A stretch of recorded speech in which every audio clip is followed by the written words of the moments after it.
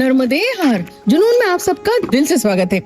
आज मैं एक ऐसी जगह आई हूँ जिसका नाम है अम्बे जोगाई, और वो मंदिर इतना सुंदर है तो मेरे से रहा नहीं गया। मैंने कहा चलो आपके साथ शेयर करते हो।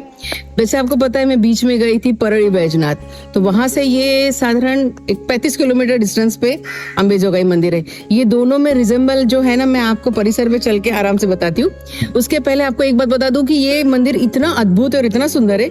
इसकी एक पुरानी कथा शॉर्ट में मैं आपको बताती हूँ। पुरानी कथा ऐसी है कि एक दंतासुर नाम का एक जो राक्षस हो गया था, उसका वध करने के लिए योगेश्वरी देवी यानी पार्वती देवी आई थी, और उन्होंने जब इसका वध किया तो वो कुमारिका के रूप में थी और वहीं स्थापित हो गई।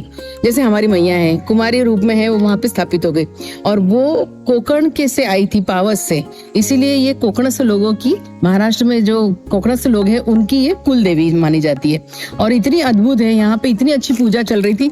तो चलिए मेरे साथ हम चलते हैं अम्बे जोगाई और वहाँ का परिसर जान लेते हैं। नर्मदे हर।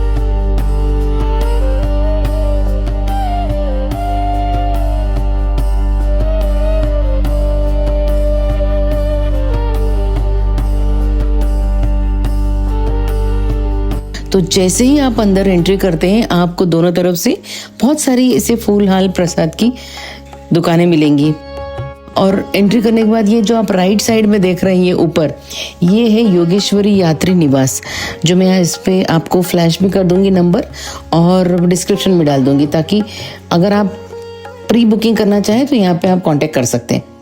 और यहाँ से एंट्री करने के बाद ये सामने ही एक हार फूल वाला था, वहाँ से मैंने एक प्रसादी की थाली ली जिसमें हार फूल, नारियल, हल्दी, कुंकू सब सामान था, और वो सब लेके मैं चली दर्शन के लिए।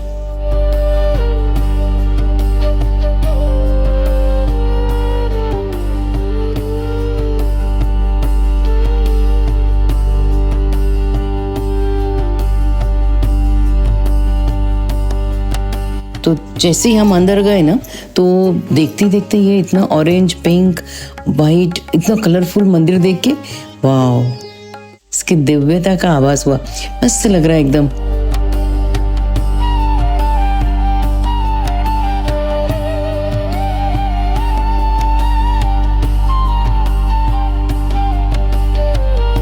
और सामने जैसे ही आप जाते हैं तो मंदिर की एंट्री है, और ये राइट साइड में है, ये अन्न क्षेत्र है। तो हम सुबह शायद 9 बजे के करीब पहुंचे थे, तो हमें एक बाउल भर के खिचड़ी मिली थी प्रसाद के रूप में। यहाँ से फिर हमने एंट्री की। सर्व मंगल मांगल्ये शिवे सर्वार्थ साधिके शरण्ये त्र्यंबके गौरी नारायणी नमोस्तुते। अंदर जाने के बाद मुझे लगा छोटा मंदिर होगा, पर छोटा नहीं, इतने पिलर, अरे इतना नेमाड़ पंथ जिसको बोलते हैं ना उस समय के टाइम का, वो जो पूरा ये है इनका गर्भगृह, और बहुत सुंदर सा लग रहा है। और यहाँ पे जिस समय मैं पहुंची थी उस समय वहाँ पे अभिषेक हुआ था, तो बहुत ही अच्छी फ्रेग्रेंस आ रही थी, इतनी खुशबू सुंदर थी, अच्छी थी कि मतलब वो वहीं पे जो वाइब्स थी ना बहुत अच्छी लग रही थी, क्योंकि वो जिनकी कुल देवी है वो वहाँ पे पूजा के लिए आए हुए थे और बहुत अच्छी सी पूजा चल रही थी। एक समय एक ही को जाने की एंट्री, इतना छोटा सा दरवाजा है। मेरे ख्याल से यही एक कारण रहा होगा कि आप सिर झुका के अंदर जाओ। आप नतमस्तक तो वहां जाके होगे, आप सिर झुका के जाओ। तो आपको एकदम सिर झुका के हम अंदर गए। वहां जाके मुझे पता नहीं था, मोबाइल अलाउड नहीं बने, तो फटाफट बना लिया वीडियो और देखा तो देवी बहुत सुंदर लग रही थी। और देवी का एक तरफ पीला है, एक तरफ हरा है। तो मैंने उनसे पूछा बाबा जी से कि महाराज जी ये ऐसा, मतलब एक हल्दी और एक हरा और एक पीला, तो ये साड़ी है और वो पल्ला है उनका। बाहर जैसे ही आते हैं अपन, आने के बाद देखा तो दोनों तरफ से और भी देवी देवताओं की कुछ मूर्तियां थी, उनके भी अच्छे से दर्शन हो गए पूरे तरह से। और जैसे निकलने की देखी तो वहां पे एक चीज देखी, वहां पे लिखा था अखंड नंदादीप, तो दिया, अखंड दिया जला था। उसके पहले देखा तो मुझे ये कुछ अजीब दिख रहा है, मैंने कहा क्या है ये? देखा तो तांबुल यानी पान, वो देवी को चढ़ाते और फिर अपने को देते। ये जो देख रहे हैं ना आप, इसको हम बोलते हैं जोगवा। ये सा आटा होता है, और ये सा आटा लेके हम 4 जगह से 5 जगह से घर से भिक्षा लेते और उसमें खाना बना देते। ये है नंदादीप, यानी अखंड दिया जलता रहता है यहाँ पे। तो जब ये देख रही हूँ यहाँ से ऐसे कैमरा घुमाए, तब तो कुछ नोटिस नहीं किया। अब समझ में आ रहा है, यहाँ अगर जब मैं देखती हूँ तो यहाँ पे दिख रहा है कि यहाँ पे बहुत सारे नारियल लटकाए हैं और छोटे से ऐसे झूले भी लटकाए हैं। तो मुझे ऐसा लगता है ये यहाँ पे मन्नत के नारियल बांधे हैं। तब तो नहीं देखा, पर ये एडिटिंग में समझ में आया। एनीवे, अब हम जहाँ फिर वापस से जब बाहर में दर्शन करने निकली तो इतना छोटा सा वो पत्थरों वाला दरवाजा था, झुक के आप बाहर निकलते। और आने के बाद लेफ्ट साइड में देखा तो ये पुराने उस जमाने के बर्तन, कढ़ाई, पतीले और दिया, समई इतना सुंदर कांच में बंद करके रखा था। शायद उनको भी मांजने का कंटा लाया होगा मेरी तरह। और फिर हम बाहर आ गए। और बाहर आने के बाद क्या हुआ, मैं प्रदक्षिणा लगाने की सोच रही थी, इतनी देर में वहां पे कुछ तो भी इसे बहुत अच्छे सुंदर से मधुर आवाज में भजन का आवाज आ रहा था। तो मैंने कहा पंचायती करने चली गई वहां पे देखने के लिए कि वहां पे क्या चल रहा है। तो देखा तो बहुत सारे पंडित जी मिलके कुछ पठन कर रहे और एक फैमिली कुछ अपना फंक्शन करा रही, कुछ उनकी विधिवत पूजा कर रहे, होम हवन या कुछ करके। बहुत अच्छे से आरती अब चल रही है, आप सुनिए।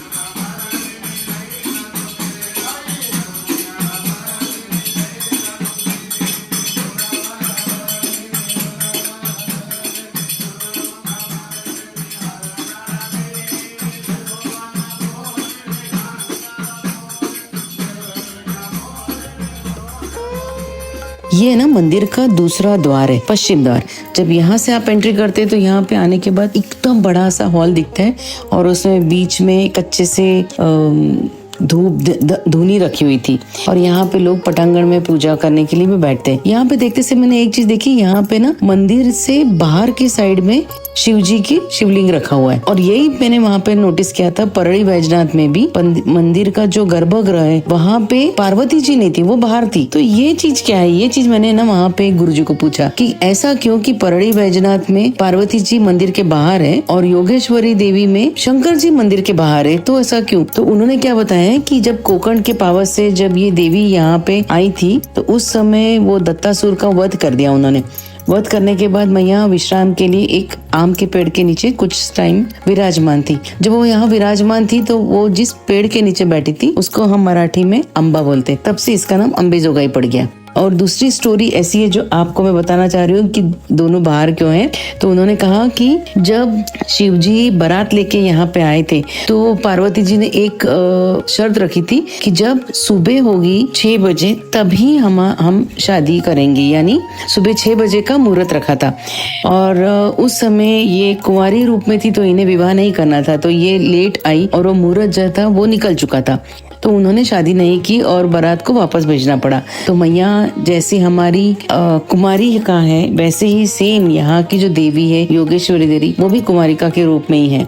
इसीलिए जो मंदिर का गर्भगृह है उसमें शिवजी नहीं है, वो शिवजी की स्थापना बाहर की है। और परड़ी वैजनाथ में जो पार्वती जी हैं वो गर्भगृह में न हो के बाहर के तरफ है। तो ये एक कारण था कि उनको यहाँ से बाहर स्थापित करना पड़ा। पर बस यहीं से हमने दर्शन किए, अच्छे से परिसर घूमा, 2-4 फोटो खड़ा के इधर उधर क्लिक किए, कुछ थंबनेल के लिए भी कुछ फोटो लेने थे, पिक्चर वो सब लिए। बहुत अच्छा सा ये छोटा सा एक बहुत अच्छा सा एक्सपीरियंस था, मुझे बहुत अच्छा लगा यहाँ पे। तो अगर आप कभी इनकेस कभी बीड़ जिला में अगर आप आना कभी आपका मौका आता है लगता है तो आप जरूर यहाँ पे दर्शन कीजिए। और यहाँ के वाइब्स ना बहुत अच्छे हैं, मतलब यहाँ साफ सुथरा तो है ही, उसके अलावा वाइब्स यहाँ के बहुत अच्छे हैं। तो यहाँ पे आके यहाँ का लाभ उठाइए। और ये परड़ी वैजनाथ से 35 किलोमीटर दूर है, तो आपको एक बार परड़ी वैजनाथ भी कर लिया तो यहाँ पे आपको आने के लिए बहुत सारी बसेस वगैरह हैं, तो आप आराम से आ सकते हैं। और अगर आपको वीडियो और ये जगह आपको पसंद आई होगी तो ओम नमः शिवाय लिखना बिल्कुल न भूले। और मिलते हैं ऐसे ही अगले वीडियो के लिए। नर्मदे हर।